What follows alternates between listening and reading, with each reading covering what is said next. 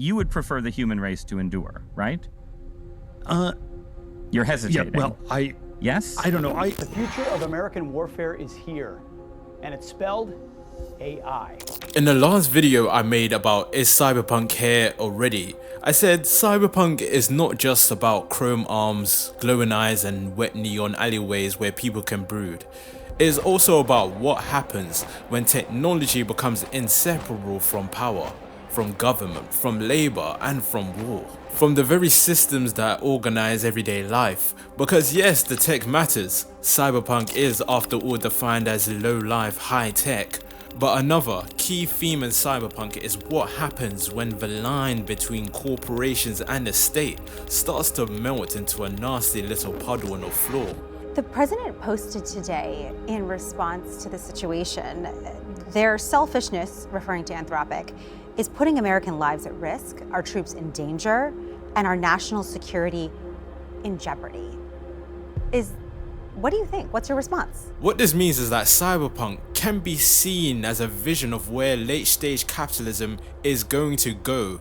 Everyday life reorganized around technology, markets and control. We've been collecting this information for so long, and long before NSA was collecting it. Let me tell you who was collecting it. American Express, Bank of Visa, all of your credit card data. We have all of your financial records. This whole issue of privacy is utterly fascinating to me. It can be read when tech CEOs are starting to amass power progressively relative to countries. And as all good chums know, Cyberpunk was never supposed to be an aspiration. It was a warning. So let's stop being cute for a second and ask the question directly. Do tech corporations rule our lives? Yet. Some people disagree that the answer is no, and that's okay because that gives us something to discuss by exploring Cyberpunk and our reality.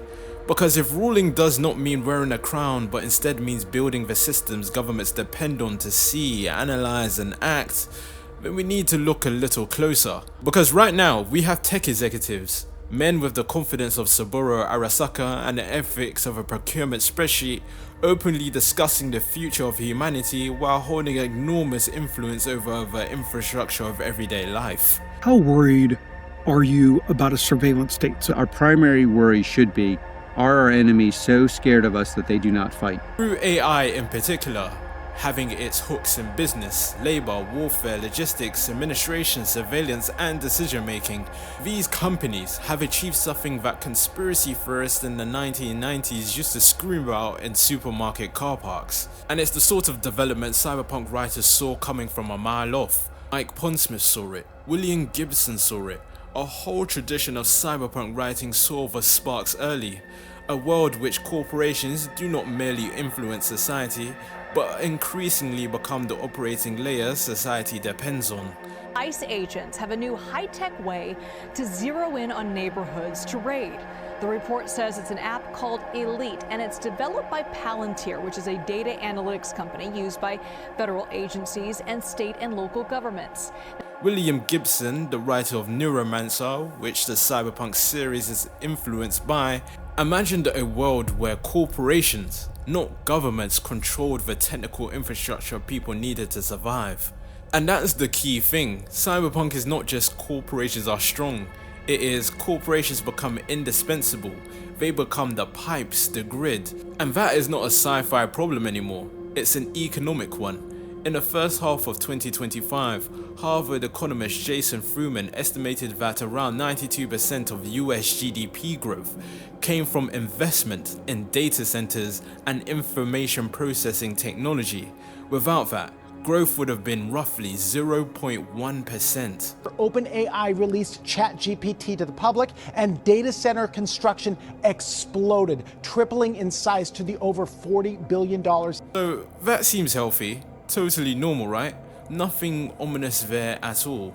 Just an economy increasingly leaning on computational infrastructure, like a drunk man leaning on a street lamp. Are we cooked? Potentially. Today, AI companies have secured government contracts totaling well over $10 billion. And these are not just contracts for harmless office admin or making PowerPoints less ugly. This ranges from infrastructure for data processing and analysis to systems directly implicated in warfare, intelligence, targeting, logistics, and state decisions. Together, these world-leading technology giants are announcing the formation of Stargate, a new American company that will invest $500 billion at least in AI infrastructure in the United States and very, very quickly. But this is not just an American story. Across Europe, countries like the UK and Germany are pivoting hard towards AI as a strategic defense priority. The UK has poured billions into defense technology with a growing emphasis on AI-enabled systems and military-facing innovation. Palantir has had contracts touching the Ministry of Defence and its role in public sector data infrastructure, including the UK's National Health Service. US tech firm Palantir is slowly gaining ground in the National Health Service. Last month, the British Medical Journal reported that a coalition of NHS organisations was urging hospitals across England to boycott the Palantir Federated Data Platform. That was after NHS England issued a directive that all should now adopt the controversial software. Last week, The Guardian reported an alarm within the NHS that Palantir engineers had been given NHS email accounts. This is a clearest example of how these private software firms have been embedded into state capacity where they have large access to public records. These unelected corporations now have a lot of power. Meanwhile, Germany is integrating AI into defense planning as part of a broader military build-up, with spending expected to rise sharply over the next coming years, with federal spending reaching 1.6 billion euros in 2025. And that is the point. Where the money goes, power follows. Where repeated state spending goes, influence follows right behind it, wearing a badge and pretending it's just there to help. Across Europe and the US, AI is no longer treated as experimental, it's strategic. We are already seeing this through modern conflict. If an AI system recommends a target that later turns out to involve civilians, where does responsibility for that lie? That is with the military organisation. Okay, and critics warn that AI systems can encourage faster strikes, making the time from planning a mission to executing that mission much faster. But doesn't that introduce quite a bit of risk in terms of additional things going wrong? By scaling this activity and moving at such pace and such speed, doesn't that introduce additional risk in terms of stuff going wrong? And at the same time, corporate leaders openly talk about racing towards AGI and eventually ASI, because whoever gets there first does not just build a better chatbot, they shift the balance of power, economically, militarily, politically, and informationally.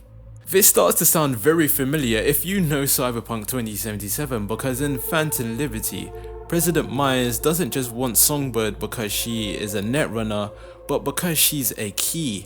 She wants access. She wants the leverage that comes from proximity to power beyond ordinary human limits. Songbird is aligned to something larger, a way of reaching through the black wall and touching forces that could reshape financial, military, and geopolitical reality. AI, specifically super intelligent rogue AIs who have long broke away from their programming. Myers wants to bottle up their power and use it for her own ends, perhaps achieving one of her dreams like the reunification of the United States. And this is how government states behave around transformative technology in our world, not with restraints but with hunger. No slowing down on AI development due to safety, which pioneers of the technology have said is needed. I think there's many mistakes we could make, but I think the biggest mistake we could make is not to do enough research on how we can coexist peacefully with intelligent beings that are more intelligent than ourselves, but that we created. Since we're creating them, we still have a lot of options on how we create them, but we should be very careful, because if we create them so they don't care about us, they will probably wipe us out. This is truly where Cyberpunk stops being aesthetic and starts feeling predictive in a pattern sense. In the Cyberpunk universe, AI existed long before the present setting, but the first so-called true AI, meaning self-aware, cognizant, genuinely autonomous, was developed by Microtech in 2013 in Sunnyvale, California. And naturally, because humans are consistent, this did not end well. Corporations and their states push AI into battlefield use. Militech, Arasaka, Otech, Sino and others used AI to their benefit. Cities became battlegrounds, the net became a theatre of war, and after the fourth corporate war, true AI was restricted. Not because it was weak, but because it was too effective. It performed its tasks so well it destabilized the very system it was operating inside. That is one of the most cyberpunk ideas imaginable.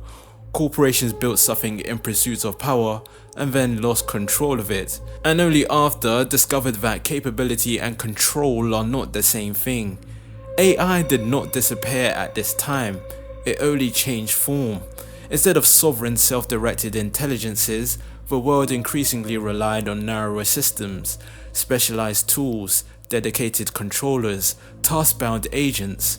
In Rach Bartmoss's Guide to the Net, Bartmoss described what Mike Pondsmith called dedicated heuristic controllers. These are not godlike machine minds, they are narrower systems built for tasks, goal-bound, structured, potentially flexible within limits but ultimately pointed at specific objectives. Does that sound familiar? Because that should sound a lot like the AI systems we are building and deploying right now. Today's systems are not self-aware in the science fiction sense, but they are already embedded in military targeting, surveillance, infrastructure, health systems, logistics, finance, public administration, and increasingly governance itself. But just on the self-awareness question. And it's an urgent question, because did you know they're actually already passing basically every test of self-awareness we have? In fact, they passed so many self-awareness tests, AI scientists were forced to move past are they self-aware at all, to now just calmly measuring how self-aware are they. There are literally self-awareness benchmarks. Think about the implications of this. A few unregulated megacorporations are creating Frankenstein monsters in real life. Frankenstein monsters they hope will loyally do our bidding. Yes, there is still debate about whether so-called self-aware AI is anywhere close. Personally, I'm not saying we have conscious AI sitting quietly on a server rack plotting its memoir, but I do find the possibility interesting.